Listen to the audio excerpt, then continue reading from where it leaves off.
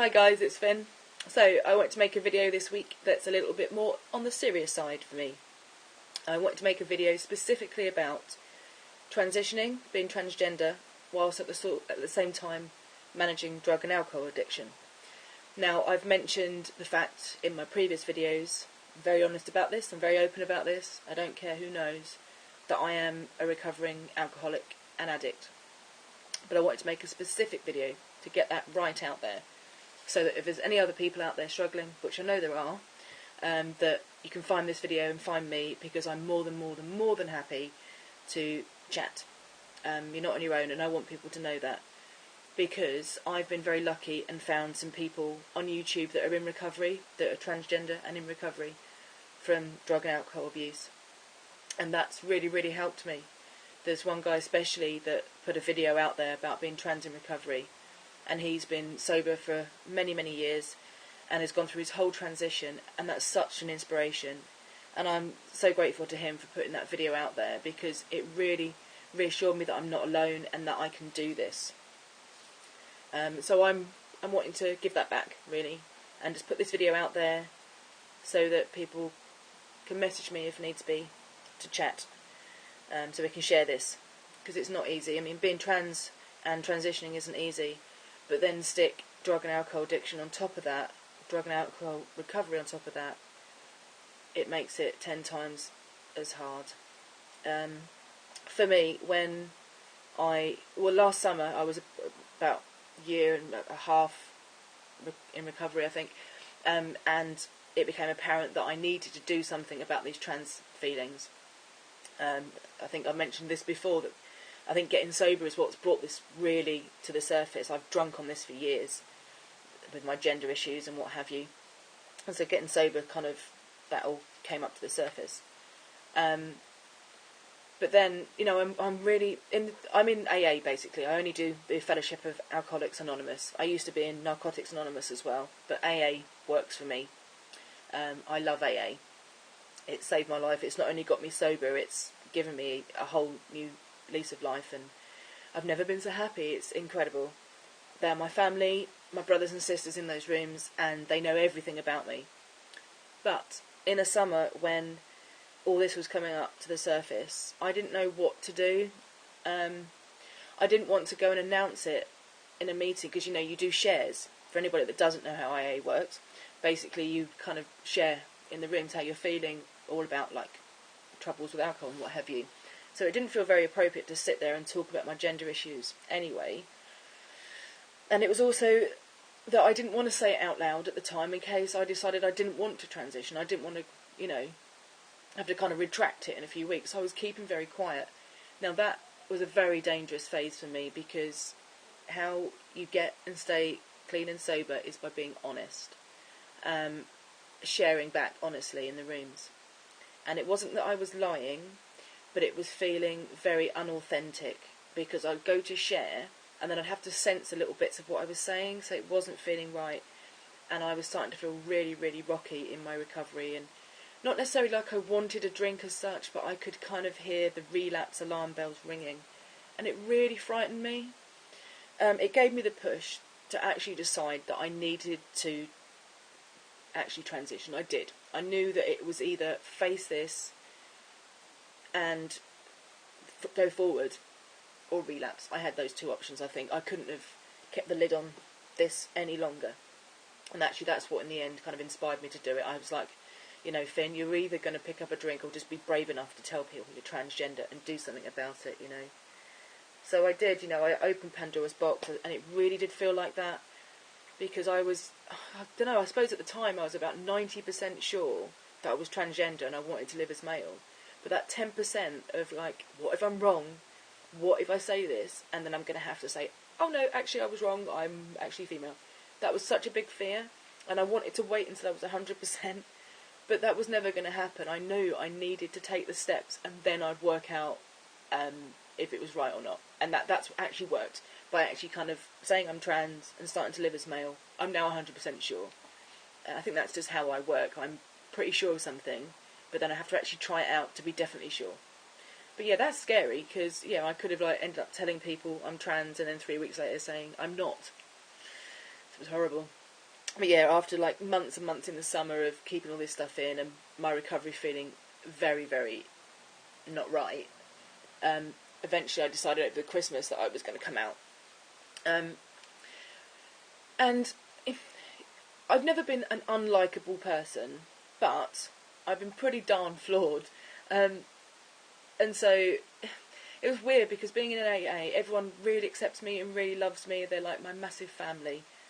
And I was really scared that if I said this, although I know really that they're going to be really accepting, there was still this fear that I would say, I'm changing my name, I'm transgender, that people would then treat me differently and I would lose all of that kind of love and closeness. So it was a big thing to do, but as I've said before, it went fantastically well. Everyone's been so supportive, and they actually just said, that I'm really brave and they really admire me, and if anything, I think people respect me more, and I've got closer to a lot of people because of it. But the thing I did struggle with, not so much now, it's settled down a bit, is that in everything you go through in AA, someone has been through it before. Everything, I've been through bereavement, I've been through, illness and things like that. Somebody always relates. With this, of course, it's different. So it was really hard in the rooms, kind of trying to share how I was feeling and knowing that people just really didn't get it. And that's been a real struggle.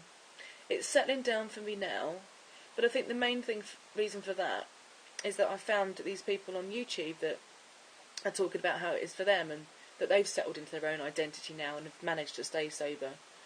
But yeah, I could go to forums and I could talk to other people who were trans about things that were going on, but then they didn't understand the other element of trying to manage my sobriety.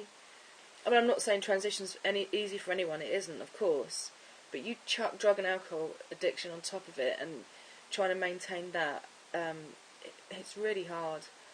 Especially, because in AA they say in the first couple of years even, don't do anything rash, kind of keep it simple, and that's so right, because the littlest thing can really rock my sobriety, and if my head starts going wonky, then the desire to drink comes up, and it's not easy. If I drink now, then I'm going to lose everything, and I don't want that. So yeah, it's been really, really rocky few months. I mean, January, February to March to April, it's almost May. So it's taken me a good 3 or 4 months to kind of resettle after first coming out. And that's the whole reason I want to make this, really, because if there's people out there that are in early recovery and are in the beginning of transition or whatever stage, really, that, they can kind of message me if you want, because, yeah, I think it's really important to share these things. I do know in London there are some kind of trans meetings, I believe, and I've been saying for a while I should get to those. So I think it'd be really helpful. Relating to people is what helps us, isn't it, really? And I think, obviously, we're all trans out here, so we all relate to each other, but I think finding people that specifically are very much like me is what's helping me at the moment. Because I'm in recovery for a lot, I've got a lot of mental health problems that I'm still in recovery from, and all this drug and alcohol addiction as well, and it does make transitioning a lot more complicated. I think there's a lot. Well, how can you be transgender and not have had a mental health problem, really? I think every single one of us has got some kind of history in that, because it's too painful growing up in the wrong body and trying to make sense of what's going on.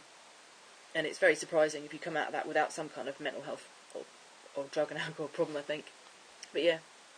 So yeah, I'm just putting this out there to say, please send me a message, don't struggle alone, and you do me a favour as well, because the more people I find that are recovering addicts and alcoholics like me, it helps me too, because then we can share our stories, and if we're at different stages of transition or recovery, we can swap and support each other, and that'd be great. I'd really, really like that. So yeah, please do message me, and if there's any questions you want to ask about how it's been for me coming out in AA and how I'm managing my recovery and my steps. A sponsor, I'll say something about a sponsor actually. In AA you have a sponsor. I had a female sponsor. We kind of parted ways. So I'm sponsor-less at the moment, which is not great. So I'm on the hunt for a male sponsor, and I think that's what I'm going to do. But it's not easy, because in AA usually males sponsor males and females sponsor females. I'm male, but I still look like this. So it's all a bit confusing. But again, it's a dangerous time. I need to make sure I get a sponsor. So yeah, this is a rocky time right now, but I'm really lucky I've got lots of support and I found peeps out there, so don't be alone. Contact me, please, please, please. Okay, so that's about that on that topic. But just to catch up a little about a couple of other things. Well, one thing really. I had a letter from the guy I'm going to see, the psychiatrist. Unfortunately, my appointment's been pushed back. It should be on the 4th of May, so now it's on the 11th. But that's alright, I can cope with that, I think, just about. It's only a week, be alright. Yeah, I just want it to all happen really now, if I'm honest. It gets a bit pain in the neck when I'm out and I open my gob and then people end up calling me Miss again, which gets on my nerves. It's quite nice I've got like lots of my documents changed now because I can kind of hand them my Mr. card and go but I don't, obviously. I just smile at them sweetly and say thank you. Yes, I digress. But yeah, no, psych appointment is a week later. But that's okay, I can deal with that. And in other news, I should be making a video soon about my barnet. Because as you can see, I've had a lawnmower haircut. I'm currently sporting the Action Jack look. Because my hairdresser has decided to go and get a new job. How dare he? He's been great. He's been cutting my hair for years. And I came out to him as trans, and he's been great at kind of like masculinising my hair. Kind of like blunting off these sideburns and whatever. But yeah, he's moving on, so it's time for me to kind of find a new hairdresser. And I'm going to be brave and just go to the barbers. So I'll be making a video about that at some point. So yeah, in the meantime, he's cut my hair because he knows it's going to take me ages to get to a barber's. So I'm going to have to wait for this to grow. So it's going to be a good few weeks before you see a video update on me and the barbers. I'm quite nervous. I've heard some mixed stories about it. Some people go in and it's not been a problem. Some people go in and have been told to leave. So yeah, I might be making an update about me having a panic attack in the middle of a barber's. It's got to be done. I think it'd be a good rite of passage. And if it all goes wrong, and if they won't do it, then I'll just follow my hairdresser and sod the transport costs. Yeah, okay. So that's it for this week, guys. Hope everyone's well, and please do message me if you just want to ask me something or get me to answer something on here. Just drop me a message, and I'm really, really happy to hear from you always. Get some lovely comments from people, and it always makes my day.